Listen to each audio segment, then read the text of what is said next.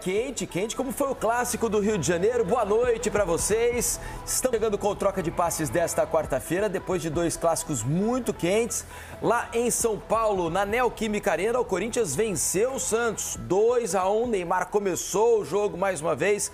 Daqui a pouco vamos falar sobre isso. E no Maracanã, no clássico entre Flamengo e Botafogo, deu Flamengo. O Flamengo venceu o jogo, mas uma confusão tremenda ao final da partida. Jogadores se agredindo, jogadores do Botafogo esperando os jogadores do Flamengo saírem no túnel, né, para iniciarem uma nova confusão depois que deixaram o gramado. Enfim, nem o árbitro sabia ao final do jogo quem ele havia expulsado, né? Nós só vamos saber quem foi expulso no clássico depois, quando a súmula do jogo for divulgada. Aí a gente está vendo a imagem já do final do jogo. Vejam no canto esquerdo da tela ali, ó.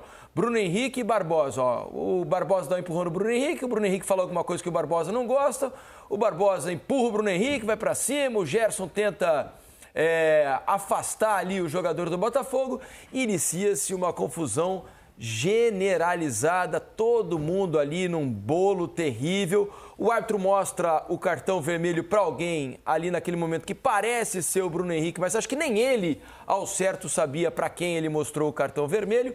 E a confusão se desenrolou por cerca de 15, 20 minutos e alguns jogadores foram expulsos. Ainda não sabemos quais com exatidão, porque nossos repórteres apuraram. Ali é o momento em que o Cleiton, ó, lá em cima na tela, ó, jogador do Flamengo, né, com o colete laranja ali, ó, desfere um soco no rosto do Barbosa. O Barbosa deixou o campo com a boca sangrando, né? A camisa do Botafogo dele ali também estava com uma mancha de sangue vermelha e tudo mais.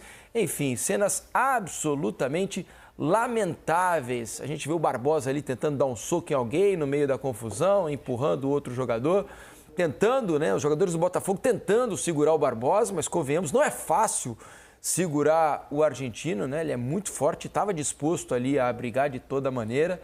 Enfim, vamos falar muito sobre a confusão e sobre o jogo do Maracanã. Estou aqui com Carlos Eduardo Mansur, com o Alex e com vocês aí de casa. O que vocês acharam dos clássicos dessa noite, hein? Vocês, torcedores de Santos, Corinthians, Botafogo, Flamengo especialmente, mandem as suas mensagens pra gente. Daqui a pouco a gente vai falar muito também sobre o Clássico Paulista, sobre a vitória do Corinthians, o trio de ataque funcionando maravilhosamente bem. Vamos falar também sobre a atuação de Neymar, tá certo? Mandem as suas mensagens pra gente, queremos ouvi-los. Dito isso, e já com essas imagens lamentáveis, agora a gente está vendo até imagens do túnel, né? Do Maracanã, quando os jogadores do Botafogo ficaram esperando os do Flamengo deixarem o gramado e uma nova confusão se iniciou ali a caminho dos dois vestiários, né? As nossas imagens vão acompanhando ali, depois os nossos cinegrafistas foram obrigados a deixar o local ali, né? Pelos seguranças que faziam parte do jogo. Enfim, todo mundo muito disposto a brigar nesse final de jogo. Carlos Eduardo Mansur, qual é o saldo desta quarta noite, especialmente dessa confusão no final do Clássico do Maracanã? Mansur, boa noite. Boa noite, Felipe. Boa noite, Alex. Todo mundo que assiste o Troca. Essa confusão, ela é a imagem de hoje, mas ela é um retrato. Quantas vezes durante uma temporada a gente termina uma rodada que tenha clássicos e a gente é obrigado a perder tempo, que a gente poderia estar falando de futebol, debatendo esse tipo de cena, né? Porque é uma cultura que está enraizada no futebol, do futebol brasileiro, em que todo mundo precisa ser o mais valente, precisa demonstrar quem é o mais macho. Qualquer confusão que começa, parece que 30 caras fazem todos eles questão de participar. A agilidade com que os bancos de reserva intervêm para participar do tumulto, tudo vira uma confusão interminável. É uma cultura que está impregnada no nosso futebol. O Clássico do Rio, quando a gente diz que ele foi quente por essas cenas, porque em relação ao restante do jogo nem foi um grande jogo, não. O Clássico Paulista, como jogo jogado, tem muito mais histórias para a gente comentar do que o Clássico do Rio. Ficam essas cenas horríveis e acho que é o momento da gente tentar trabalhar. Tem muito pouca gente trabalhando por isso, então a gente vira meio que uma voz isolada, parece que a gente está pregando no deserto. Mas já era o momento de a gente ter uma tentativa de mudar um pouco essa cultura, esse ambiente dentro dos campos de futebol, né? Porque o jogador de futebol, a gente entende que o fim do jogo você tem o sangue quente, mas é preciso também ter um pouco de responsabilidade com o ambiente que se vive. O ambiente ao redor do futebol ele é tenso, ele ainda é extremamente violento. A gente tem muita dificuldade de fazer progresso nessa questão.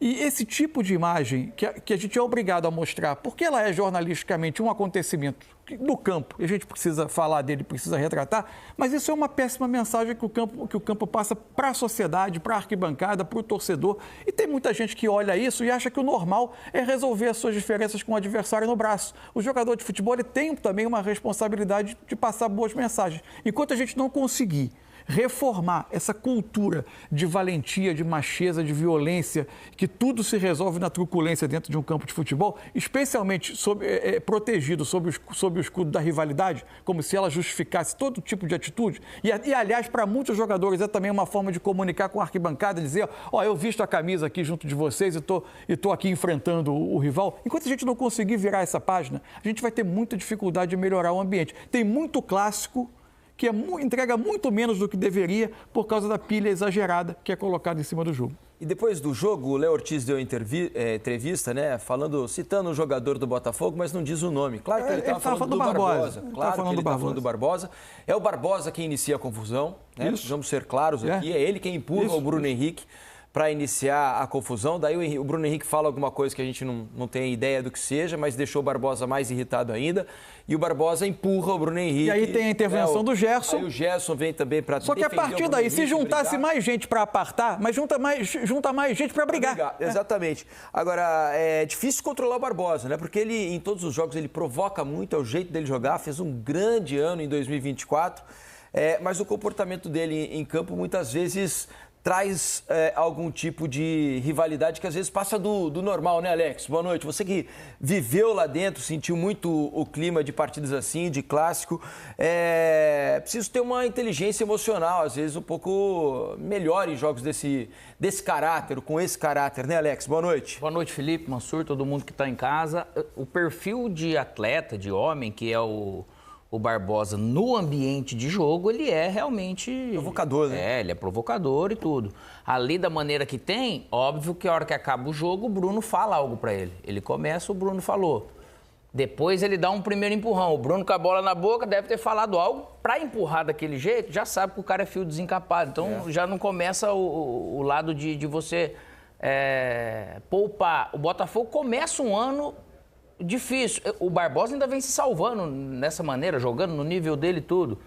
Só que é o tipo de cara que daí chega muita gente também querendo separar, só que daí vem um ou outro que tá com o sangue mais frio que tá no banco, que daí você tem que ter mais sangue frio, porque quem tá ali, na hora que você tá naquele momento que o Barbosa estava, você precisa realmente afastar. Nem sempre é possível, porque ele seguiu, cara, impressionante. Ele conseguia segurar o Barbosa, depois ele vai tentando dar soco ali em alguém no meio da confusão. Porque daí você vem, você perde o clássico. Ele já tinha sido expulso também, aí facilita o cara, aí fala, já fui expulso mesmo, agora é que eu vou brigar. Aí no meio de tudo... Vou levar alguns comigo. Exato. Aí no meio de tudo, fala-se muita coisa, mas tem gente que, você vê, parece que passou de um ponto de algo que provocou ainda mais. Ele que gosta de provocar, acabou não tendo realmente uma consciência para vir. Mas o menino que entra ali, que acaba ele tentando primeiro separar o Barbosa, que tinha dado um soco pelo jeito para acertar o Bruno, depois ele já dá um soco. Aí já vira uma outra confusão. Coisa, né? Com todo respeito aos profissionais de futebol, correram ali 90 minutos, nem sempre você consegue raciocinar com frieza, embora eu acho que se deva educar demais, trabalhar muito para mudar essa educação no campo de futebol. É uma cena um tanto patética, um time de futebol esperando o outro dentro do túnel, quando aparentemente a situação já estava contornada, se podia encerrar a questão, um time de futebol esperando o outro para ter um novo round no conflito, é difícil. O nosso futebol é difícil mesmo, é ingovernável. Olha quantas pessoas tentando segurar o Barbosa ali, né? Quantos jogadores do Botafogo tentando agarrá-lo, puxá-lo pela camisa e nem assim foi difícil conter, cara, porque você vê, depois veio o Alex Telles, que primeiro estava separando, estava tentando, foi difícil até separar essa condição, daí conseguir permitir que o Botafogo ficasse ali esperando, é óbvio que a chance de dar problema seria grande. Eu vou criar um cinturão, é pouco. leva todo mundo do Botafogo pro vestiário, segura o pessoal do Flamengo. Não era momento do Flamengo passar ali, se ele já estava esperando, tinha um também porquê. Tem isso, né? Era preciso que alguém tivesse tomado essa providência. Depois o Flamengo demorou uns 3 minutos, quase a 5, para de repente sair do campo e eles ali esperando. Gente, não adianta criar só um cinturão. O cara já demonstrou que ele tá com raiva de algo, porque a gente não sabe o que aconteceu.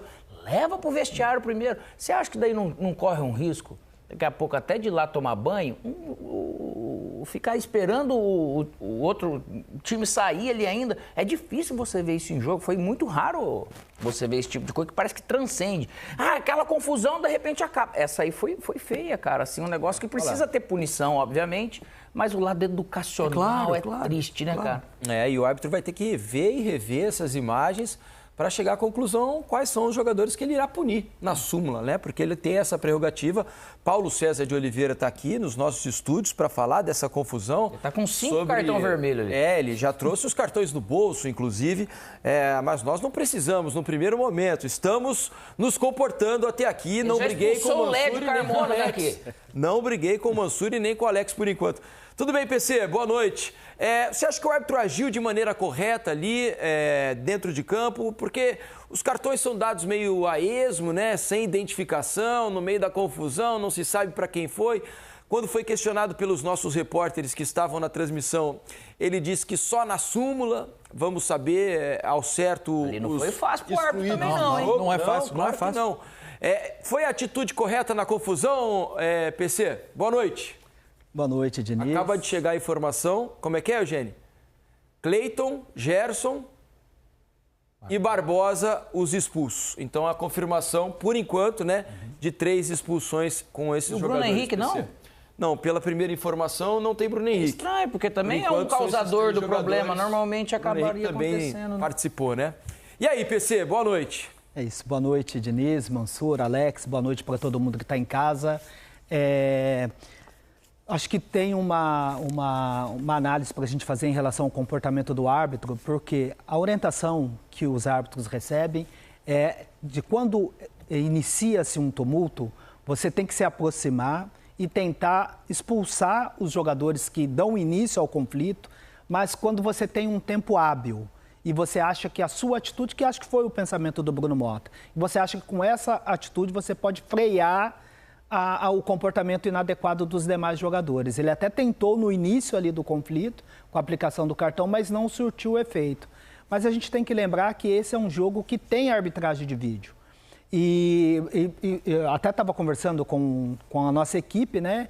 Porque já no site do GE mostrava o cartão para o Cleiton, mas durante ali a confusão, não em nenhum momento ficou claro a imagem da apresentação do cartão. Nós também não percebemos. É isso. E por se tratar de um jogo com um árbitro de vídeo, ele poderia, após o encerramento ali do conflito, nem causar todo esse suspense aí, que só na súmula a gente vai ter acesso aos fatos. Ele ele deveria fazer a análise já das imagens ali, depois do encerramento do jogo, e comunicar os diretores das equipes que, devido ao tumulto e à ida dos jogadores para o vestiário, ele ficou impossibilitado de mostrar o cartão vermelho, mas essa decisão já deveria ter sido ali, após o encerramento. Teve o encerramento, as equipes foram para o vestiário, ele já deveria fazer a análise das imagens ali no monitor do VAR, e já informar os diretores das equipes,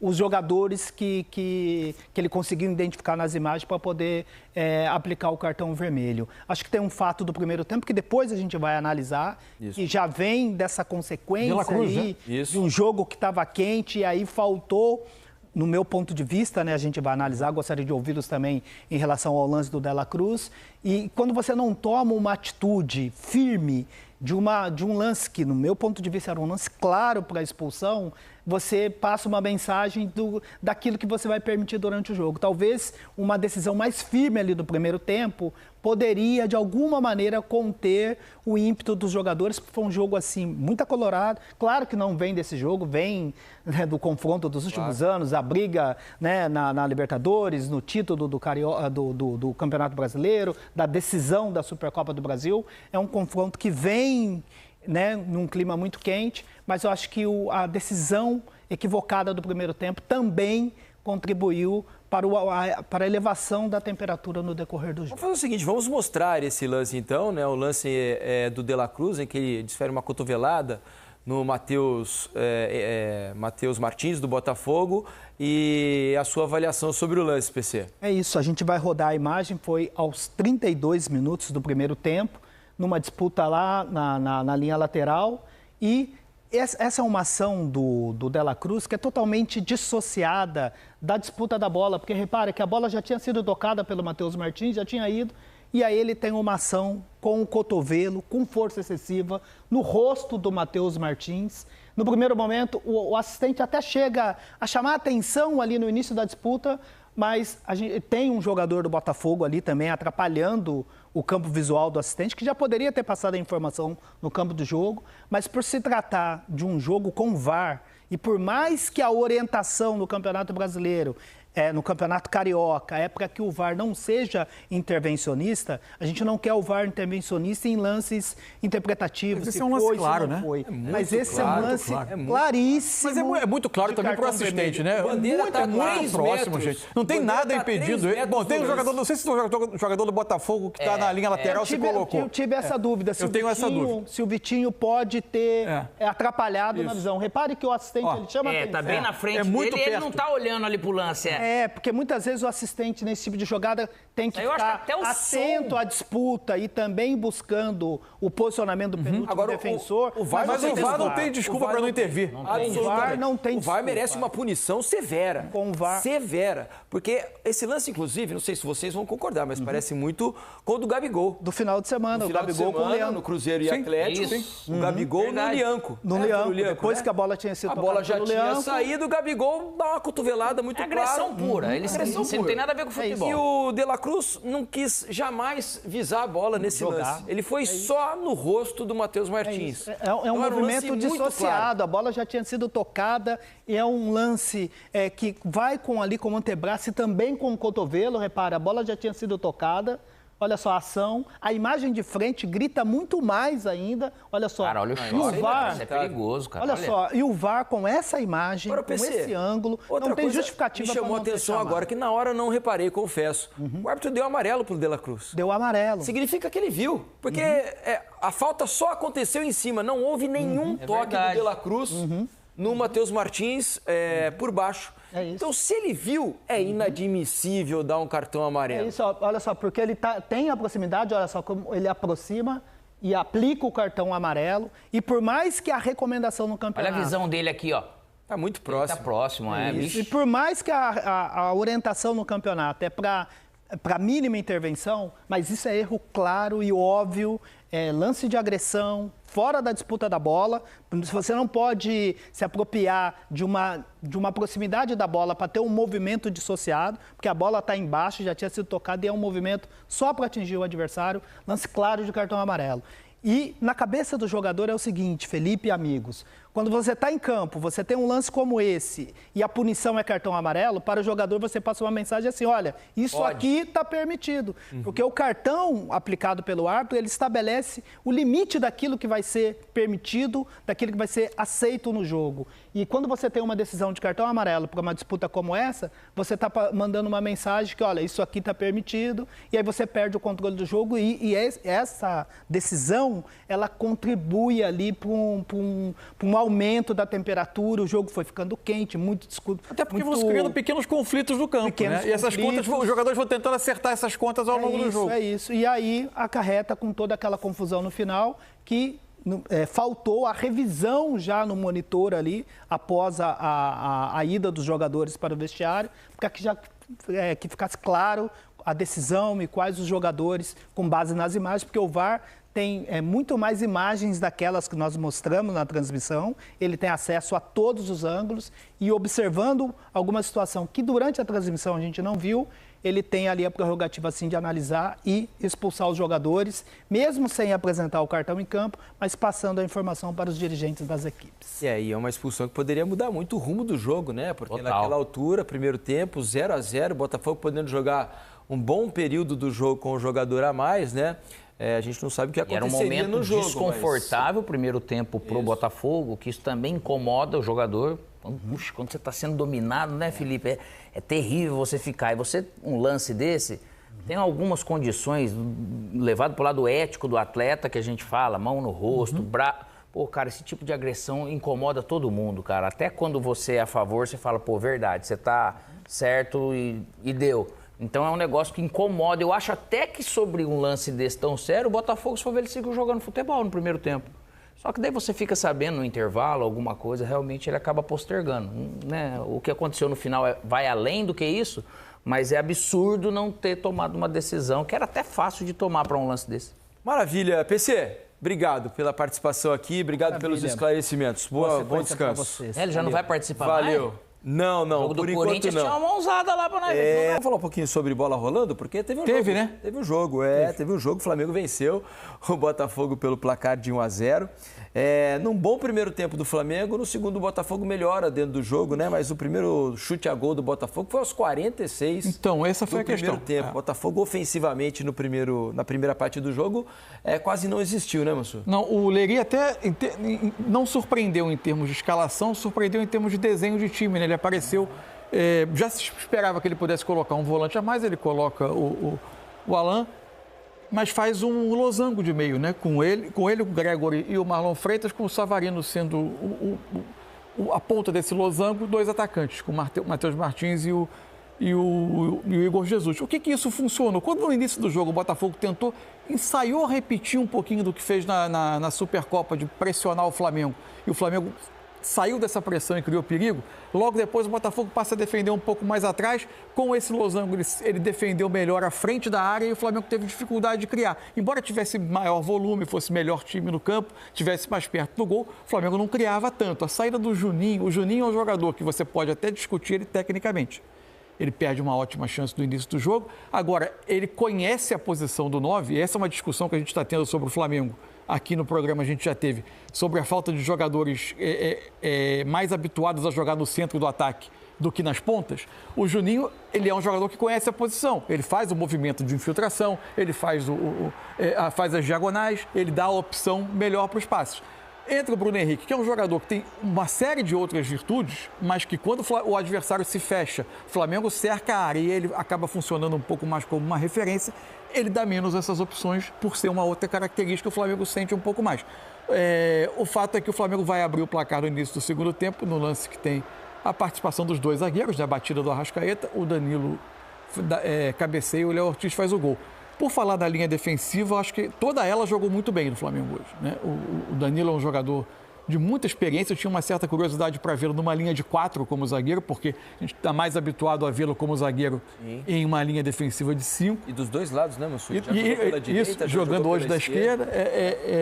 O Wesley está crescendo, continua crescendo, né? Continua num ótimo momento, e o Varela cumpriu bem pelo lado esquerdo na falta de um lateral da posição. Acontece que ele esse gol aí, exatamente. Certo, né? E o Danilo tinha impedido o outro. Isso, a cabeçada do Igor Jesus, né? E o Varela, a bola já tinha passado pelo laterais do Flamengo fazendo diferença.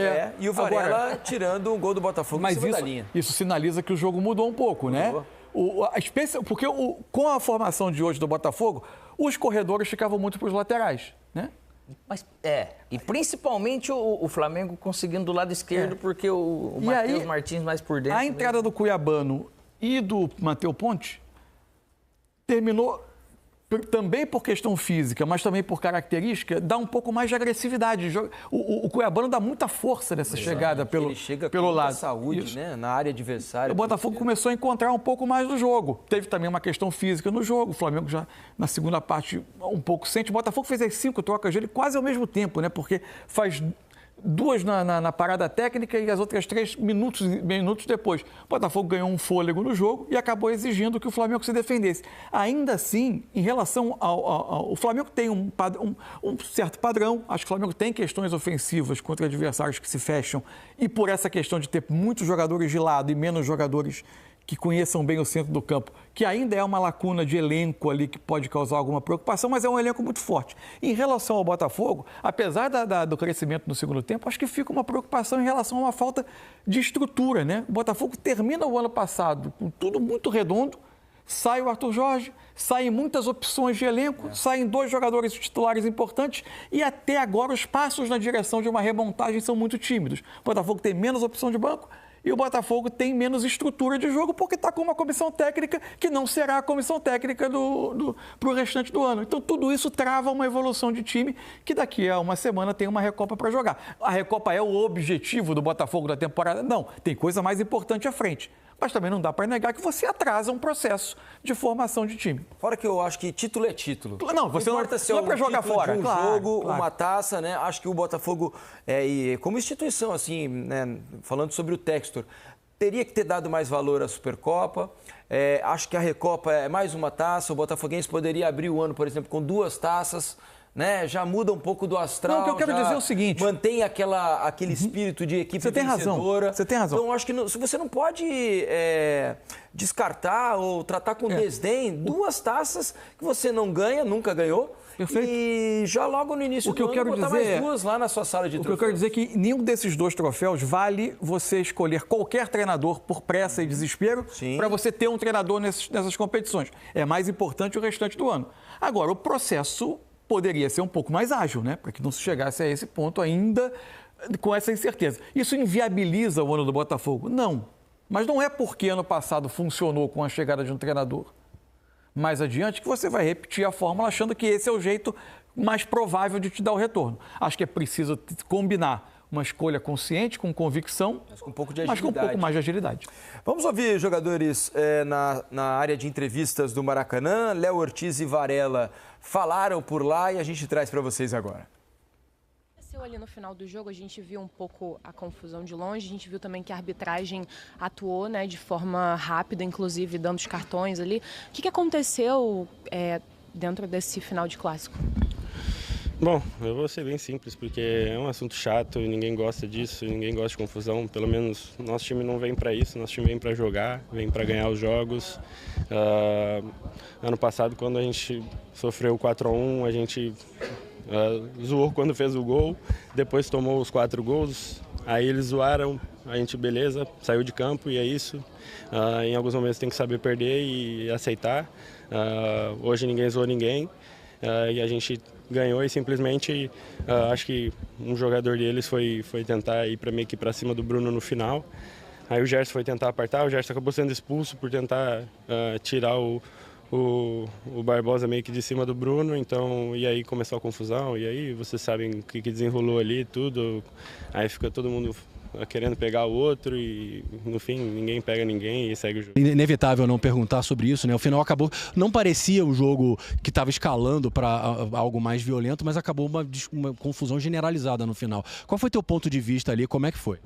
Não, sinceramente não sei o que aconteceu ali. Eu quero me focar no jogo, no grande jogo que nós fizemos. Não sei o que aconteceu aí, mas já parou, nós já falamos aí no vestuário que a vitória não tem que ser apagada por algo que aconteceu depois. Como se fosse para entrar no meio. Tá aí, então, ouvimos Léo Ortiz e Varela, né, falando sobre a confusão e tudo mais. Ô, Mansur, você queria que a gente mostrasse o gol do Flamengo de novo, né? Mostrar um detalhe. É uma observação interessante para ser feita. Porque o gol não saiu do nada, né? Claramente tinha uma instrução de que o Danilo fosse fazer um movimento bem interessante. Ele vai aparecer na segunda trave, mas olha onde ele está agora. Ele faz um movimento por fora, enquanto o Varela e o Bruno Henrique, os dois fazem bloqueios dos jogadores do Botafogo para liberar o Danilo. Agora, ele vai correndo por trás, ele saiu quase da meia-lua, faz esse contorno e o Varela e o Bruno Henrique bloqueando os defensores do Botafogo. Ali, né? Isso. O Bruno Henrique no Marlon Freitas. Isso. E aí o Danilo coloca o Léo Ortiz em condição. Uma pifada de cabeça, né? Uma assistência, né, cara? E a falta muito bem batida. O Arrascaeta sabia exatamente. E tem até uma imagem do Felipe Luiz, ele aponta para o banco. Deve ter vindo da comissão técnica certamente. A ideia de fazer a jogada.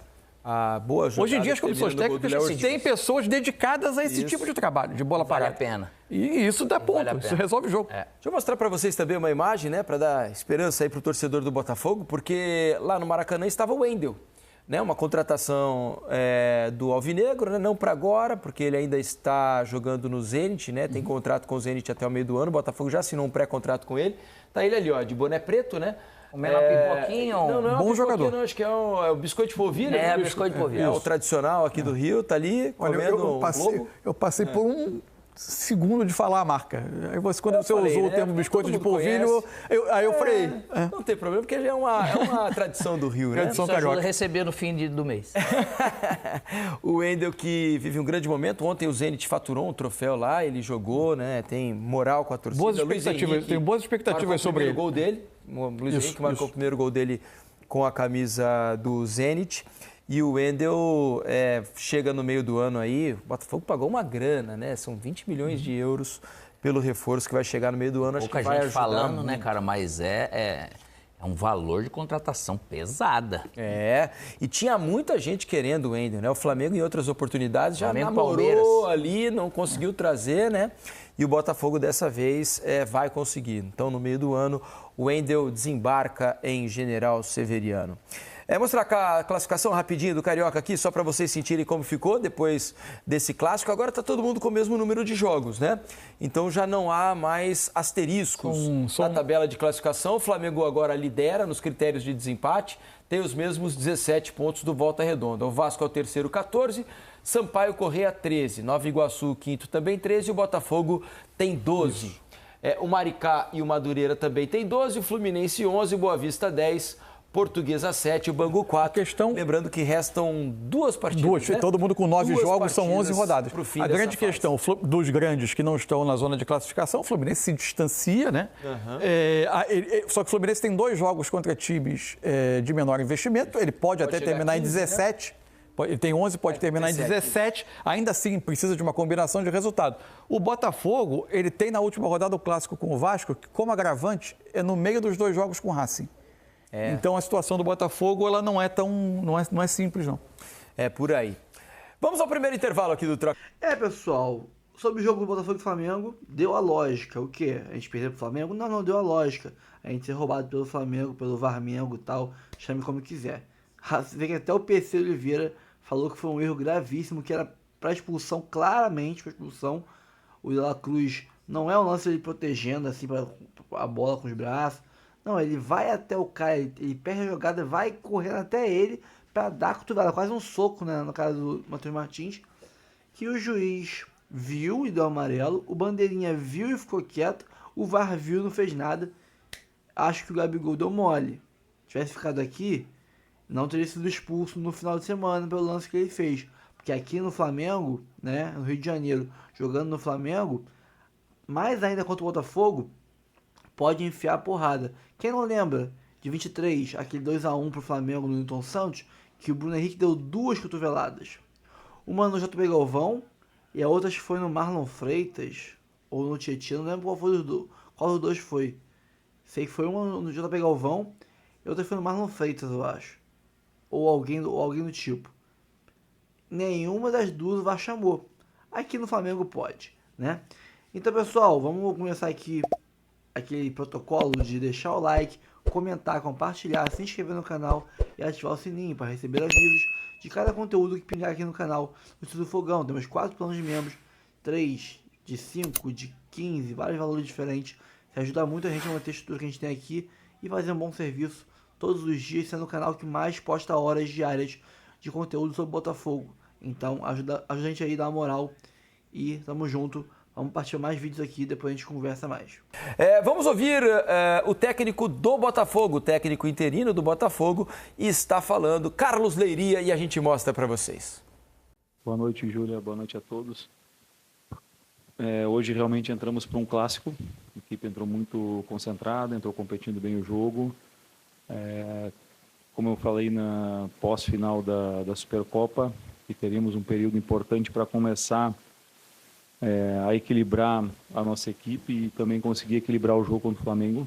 E realmente isso aconteceu. Ficou muito, a meu ver, ficou muito nítido no jogo que a nossa proposta defensiva entrou bem. Conseguimos neutralizar os principais pontos do Flamengo, que eu havia citado antes do jogo que procuraremos fazer isso. Tínhamos uma preocupação com isso em algumas vantagens que eles tiveram, principalmente ganhando as costas da nossa defesa e gerando boas situações de definição, principalmente com a estrutura que eles usam no meio. Então conseguimos ajustar nosso posicionamento defensivo. tivemos boas chances também de fazer o gol, chances claras de fazer o gol. Começamos agora a construir um repertório maior de construção, desde o tiro de meta, na tentativa, obviamente tinha a pressão do outro lado, uma pressão boa do Flamengo quando a bola estava parada no tiro de meta, mas procuramos criar alguns repertórios, em alguns momentos saímos, em outros não conseguimos sair, e isso já é uma evolução. Em um segundo momento, procuramos hoje alternar situações em que saímos com 4, em situações em que ela descia ou entre os zagueiros ou pegando uma diagonal dos zagueiros para criar uma relação em 3 para a saída. A ideia era ter uma situação de um 3-2 na base, um duplo 5, algumas situações para mobilizar a marcação deles e conseguir abrir espaço nas costas, abrindo meio espaço. Então procuramos construir alguns cenários desses, com o Igor e o Matheus mobilizando a linha de 4 do Flamengo, tentando para gerar um atraso de salto, ou por dentro ou dos laterais. Tentamos afastar um pouco os nossos laterais, os laterais deles também para poder ganhar costas, tendo em vista os saltos de fora para dentro dos pontos do Flamengo.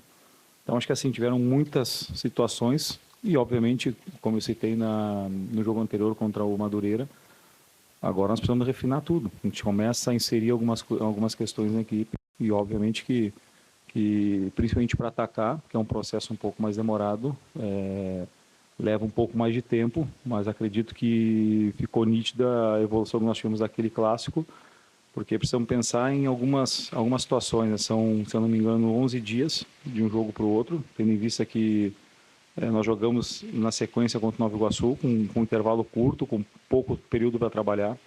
Tanto é que, por exemplo, situações de bola parada nós não inserimos ainda em treinamentos, a gente insere bola parada nos aquecimentos de jogo, é um próximo passo do nosso trabalho, né, tendo em vista a preocupação que a gente tem em começar a introduzir e trabalhar e melhorando essas questões que eu citei anteriormente e atacar agora as questões ofensivas também para que a equipe consiga ter mais refino na parte ofensiva. Boa noite, Carlos. Gabriel Rodrigues aqui da Trivela. A gente viu hoje era um clássico aqui no Maracanã, a gente viu um setor do Botafogo hoje com poucos torcedores.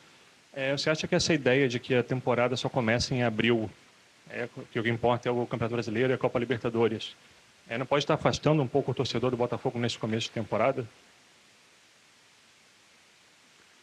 Então, nós precisamos pensar em algumas situações. Eu tenho visto que o Botafogo tem sido criticado pelo padrão, né? Se a gente for analisar nos últimos anos, no começo do ano foi difícil encontrar o padrão, não é uma situação tão simples que a gente consiga encontrar em início de temporada. Então nós estamos fazendo o nosso melhor para conseguir a classificação para as semifinais do Campeonato Carioca e a equipe ainda tem possibilidades, vencendo os próximos jogos, de conseguir entrar e classificar. E, obviamente, acredito que com o passar dos jogos, como eu falei na semana passada, ainda existe uma memória curta da reta final do ano passado. E a gente precisa entender que é um pós-período de férias, né? Uma equipe que iniciou a treinar, a maioria dos jogadores saíram jogando hoje, ou quase todos, no dia 14. Isso, então, não faz um mês ainda que essa equipe está treinando. E com 9 dias, aproximadamente, já teve um clássico contra o Fluminense, sequência clássico contra o Flamengo. Aos poucos, eu acredito que o padrão, que o entrosamento, essas questões elas vão vindo junto e, com certeza, vai fazer com que o torcedor ele esteja ao nosso lado. Carlos, Alan Santos do BTB Esportes, é o seu terceiro clássico. Tá aí, então, Carlos Leiria, técnico do Botafogo, falando sobre o jogo de hoje, né? Obviamente, o técnico interino do Alvinegro. Vamos. Não, você ouve a entrevista dele, você vê que é alguém com uma formação muito sólida de futebol, conhecimento de leitura de jogo. É daqueles profissionais que a gente vai ficar com curiosidade depois de saber como seriam em outro contexto. Porque ele está num contexto que é muito difícil. Ele, a cada semana, preparando um jogo sem saber por quanto tempo ele está ali. Então, até que ponto ele implanta determinado tipo de ideia, até que ponto ele tenta manter uma base do que vinha sendo feito para entregar para um substituto que ele não sabe que característica terá. É muito difícil fazer esse tipo de trabalho. E hoje ele fez a mudança com a característica. Hoje ele fez, colocando esses 3-2, os 2 atacantes, enfim, né? Aí precisa realmente de algo de tempo, que ele não sabe que tempo que ele vai ter. É por aí. Vamos acompanhar o Danilo Barbosa, né, na área de entrevistas? É isso? Vamos trazer a Sofia, então. A Sofia, nossa repórter, Sofia Miranda, está na zona de entrevistas do Maracanã e traz outras participações e informações para a gente direto de lá. Fala, Sofia! Oi, Diniz, tudo bem com vocês? Boa noite para todo mundo que está assistindo ao Troca de Passes, depois daquele caos no fim do jogo entre Flamengo e Botafogo. A gente está aqui na área da zona mista do Botafogo, mas nenhum jogador quis parar para falar. Tentamos chamar o Marlon, o Gregory, outros jogadores titulares, Alex Telles, mas é claro que estávamos esperando muito que Barbosa passasse aqui. Barbosa que foi apontado pelos jogadores do Flamengo como o pivô da discussão. E o que podemos ver do Barbosa é que ele está sem um dente por causa do golpe que ele tomou. Ele está sem esse dente daqui. E a gente viu rapidamente, perguntamos, Barbosa, vem cá, fala com a gente. E ele deu só um sorriso, ele costuma ser simpático com a gente na zona mista, ele costuma parar para falar, mas hoje ele não quis parar para falar. A gente até falou, eles estão falando lá do outro lado que você foi o pivô da discussão. Ele, quem? Mas ele não deu muita bola, mas o que vimos é que ele realmente perdeu um dente nessa confusão lá no campo. Quando eu vi ele passando, ele realmente estava sangrando bastante, com a camisa suja. O Gregory, que tentou contê-lo em alguns momentos, também estava com a camisa suja. Os jogadores do Botafogo ficaram dentro do túnel esperando os jogadores do Flamengo saírem do campo. Nesse momento, eu tentei pedir para o Marlon, fala com a gente, quer dar a versão de vocês. E o Marlon falou, não, a gente não quer falar agora. Mas eles ficaram ali esperando e quando os jogadores do Flamengo passaram, foi aquela confusão que vocês devem ter visto. Uma confusão generalizada, né? O Alex Telles muito nervoso, o Marlon também, o Barbosa nem se fala. Eu falei antes com o Matheus Ponte, mas sem o microfone, falei só com ele rapidamente, falei, o que aconteceu? E ele disse, o Bruno Henrique fica provocando a gente. Não sei o que aconteceu direito, mas o Bruno Henrique fica provocando a gente. Então, tentamos descobrir ao máximo do que aconteceu dessa confusão. Seguimos aqui na zona mista esperando os últimos jogadores do Botafogo, mas, ao que tudo indica, ninguém vai parar para falar com a imprensa hoje, Diniz. Maravilha, Sofia. Obrigado pelas informações. Se alguém, por acaso, parar por aí, a gente volta a te chamar e você traz ao vivo aqui no Troca de Passes. Vai gastar um dinheirinho o Barbosa ali, perdeu o lateral direito, né? Perdeu. Aqui vai ter que fazer um implantezinho. Se não encontrou ainda o mesmo, né? Na verdade, né? Vai gastar um dinheiro. Deve ter caído no Não é barato, não. Lamentável, né? Sobre o Bruno Henrique, ele também é bastante provocador, assim como o Barbosa, né? O Bruno Henrique nos jogos, ele é provocador. Ele já fez o chororô em outras oportunidades. Sim. Só que são dois caras isso causa. Só que que gostam desse tipo de... Uma coisa é discussão verbal. É o limite que a coisa toma. O negócio até na discussão verbal, a gente às vezes pensa que pode tudo. Não pode tudo, porém, é verbal.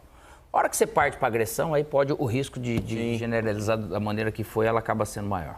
Lamentável. Deixa eu olhar uns tweets aqui, porque o pessoal tá em polvorosa aqui na hashtag Troca de Passes. Tá sobrando para todos nós aqui. Tem para mim, tem para o Mansur, mas eles estão assistindo tem pro Alex. Troca. Olha, tem rubro-negro aqui nos homenageando. Tem botafoguenses nos homenageando, não estamos agradando ninguém. Mas o que importa é que eles estão nos assistindo, entendeu, Mansur? Tem bastante gente aqui falando e nos criticando também. Nos criticando. É bom, pode ler. Deixa eu ler aqui alguns aqui. Vamos lá. Vamos ver aqui, ó.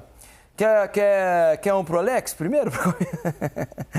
Aqui, ó. Vamos ver, deixa eu ver aqui, que eu tô vendo ao vivo aqui, são muitas as mensagens. Aqui, ó, a Denise é boa. Denise diz o seguinte: troca de passes é um desserviço ao futebol, ao colocar ex-jogadores e pseudo-jornalistas, tá falando do Mansur, não de mim, né? Para comentarem sobre futebol. Não assista, troque de canal. Mas ela, por enquanto, está aqui, não trocou. Obrigado pela audiência e pela persistência, viu, Denise? Tá vendo aqui, ó. A outra Denise aqui, nós tem duas Denise aqui, são diferentes, tá? Outra Denise Souza, essa daqui. 5 minutos assistindo Troca de Passes e já me lembrei porque parei de assistir. Mas continuou, Denise, é bom insistir, continua insistindo aqui, que tem, quem sabe uma hora a gente te agrada. Faz parte. E tem aqui, viu, depois eu vou ler nunca vi, o Diego Martins, só vai ser pra mim, ó. Nunca vi o apresentador Felipe Diniz tão revoltado em outros lances semelhantes, kkk. Inclusive teve um lance parecido no Cano. Teve mesmo, e também fiquei revoltado da mesma maneira, viu, Ô, Diego. E assim vai. Aqui, ó. O Wesley Diego, essa é pra você, Alex. Alex no Sport TV dizendo que Bruno Henrique deveria ter sido expulso. Ah, vai tomar banho, Alex. Não foi com essas palavras. Bruno Henrique agrediu quem? Diz aí, Alex. Minha mãe já dizia, quando um não quer, dois não briga. Tem pro Mansur também, mas eu não achei aqui agora, viu, Mansur? Então você vai ser poupado porque nós temos que falar sobre o clássico. Fala, Mário Filho, depois que o jogo acabou. Aí bola na área. Esse é o gol. E o Léo Ortiz, que é muito bom jogador, dando uma de centroavante, fazendo 1-0 Botafogo. 1-0 pro Flamengo. 1-0 Flamengo, perdão. Botafogo perdendo 2 clássicos pro Flamengo logo no começo da temporada. Exatamente. Esse daqui era mais fácil de cravar, eu cravei ontem. O outro já não era tão favas contadas da Supercopa, eu acertei também. Os palpites certeiros no Mengão. Tá Flamengo, bom apostar no Flamengo por enquanto. Flamengo com Matheus Cunha, Wesley, Danilo e Léo Ortiz na dupla de zaga. Danilo Varela, que dá uma assistência, né, de cabeça. Né? É ele, né? Varela improvisado ali pelo lado esquerdo. Varela vai salvar o gol de empate do Botafogo, a gente vai ver daqui a pouquinho. Alan de la Cruz, Arrascaeta, Everton, Cebolinha, Juninho e Luiz Araújo. Repita o trio de ataque, por favor. Juninho, Luiz Araújo. Everton, Juninho e Luiz Araújo. Tá. E o Botafogo com o John, Vitinho, o Danilo Barbosa, o Alexander Barbosa e o Alex Telles. Alan Gregory, Marlon Freitas, Savarino, Matheus Martins e o Igor Jesus. Você vê, quer dizer, um jogador de meio campista de armação a menos, né? Sim. E um jogador de meio de campo a mais. Às vezes eu acho que o Botafogo tá fazendo certo mesmo, viu? Contrato técnico só depois do estadual e deixa o desgaste para depois, né? Ou para outros. Deixa o desgaste para quem tá no estadual, né? Exatamente. Mas é que vai ser uma decepção muito grande, né? Pelo terceiro ano seguido já? O Botafogo olha essa chance do Varela, não tinha visto, hein? Essa salvada, exato, né? Exato. O cabeceio do Igor Jesus é de gol, né? Cabeceou para fazer o gol, para sair comemorando, e Varela se recupera muito bem na jogada para salvar o gol do Botafogo. O Alex Telles, quando foi substituído, a torcida do Flamengo deu uma provocada, ele mostra o escudo da Libertadores ali, né? O pet da Libertadores no peito. E aí no fim do jogo ali Por enquanto tá tranquilo, tá bom. Vai dar uma esquentada ali, sempre em outros lugares do campo. Ih, Opa! Rapaz, esquece. Ih, rapaz! 2 tentativas ali de boxe. Ainda bem que nenhuma pegou. O Wesley na postura box. Não consegui identificar quem foi o jogador do Botafogo que deu o sopapo no... A turma do deixa disso, tradição é tradição. Gerson e Barbosa, por enquanto, expulsos. Tô rindo aqui porque o Gerson tá sempre no meio, né? Gerson e Barbosa. Eu acho que foi o Barbosa já que deu o soco na cara do jogador do Flamengo e pegou meio que de raspão. Mas eu não quero ser injusto. É o Barbosa. Camisa 20, ele é Barbosa, né? Exatamente. E o Gerson. E aí tem um jab de esquerda ali de um reserva. Um reserva, né? Não vi o Gerson agredindo ninguém. Acho que o jogador que tá com... mas o Barbosa tá completamente louco pra fazer isso. Sim, mas o jogador do Flamengo, esse também tinha que ter sido expulso. Não sei se o Gerson foi bem expulso, mas o que deu o soco tinha que ter sido expulso. Claro, sem dúvida. Bom, a gente vai falar mais daqui a pouquinho de Flamengo 1, Botafogo 0. Me parece, pelos melhores momentos, que o jogo foi menos desequilibrado que a Supercopa do Brasil. Então eu fico por aqui, pessoal. Sobre o jogo, cara, o Botafogo, no primeiro tempo, muito mal. Só ficava de chutão pra frente, pro Igor Jesus dar um jeito dele lá e se virar pra conseguir uma jogada. Matheus Martins brigou bastante, Igor Jesus brigou bastante. O time batendo cabeça, errando passes bobos. Ele iria perdido na beira do campo, como sempre, né? Mas aí, né, culpa do Textor e dele de ser ruim, mas culpa do Textor também, que tá olhando e achando bacana. No segundo tempo, o Leiria mexeu por mexer, tirou um lateral por outro, 2 volantes por 2 volantes, um outro lateral direito, né? O outro lateral esquerdo por um lateral esquerdo, direito pelo direito, e um ponta por um ponta. Não tirou tinha 3 volantes em campo, não tirou um dos volantes para colocar mais um atacante, não tentou variar taticamente o time, mas o que esperar do Leiria, né? O Leiria é isso aí, é um deserto de ideias, é horroroso. Para treinar o time do Sub-7 da escolinha de futebol que perto de casa, não serve. Quanto mais para treinar o campeão da América e brasileiro. Parabéns, Textor, mas eu não posso reclamar, porque reclamar é tipo você ser contra o Textor, e aí vem o povo falando, se não fosse o Textor, a gente não ganharia isso, não ganharia aquilo, estaria na Série B. Concordo com tudo isso, mas se for para agora a gente ficar baixando a cabeça e aceitando passar vergonha, porque já ganhamos Libertadores e Brasileiro ano passado, aí, amigo, a gente vai eternamente com a cabeça pequenininha, né, pensando pequeno. Tem que querer sempre mais. Não é ganhar o Carioca, não. É não ser tirado para M no Carioca, na Supercopa, na Recopa que vem aí, o Racing, voando e a gente aí com leiria.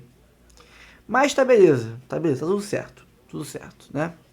Fico por aqui, curta, comente, compartilhe, se inscreva no canal, ative o sininho para receber avisos sempre que pingar conteúdo novo aqui no canal, tá? Área de membros, 4 planos, tem de 3, de 5, de 15, vários valores diferentes.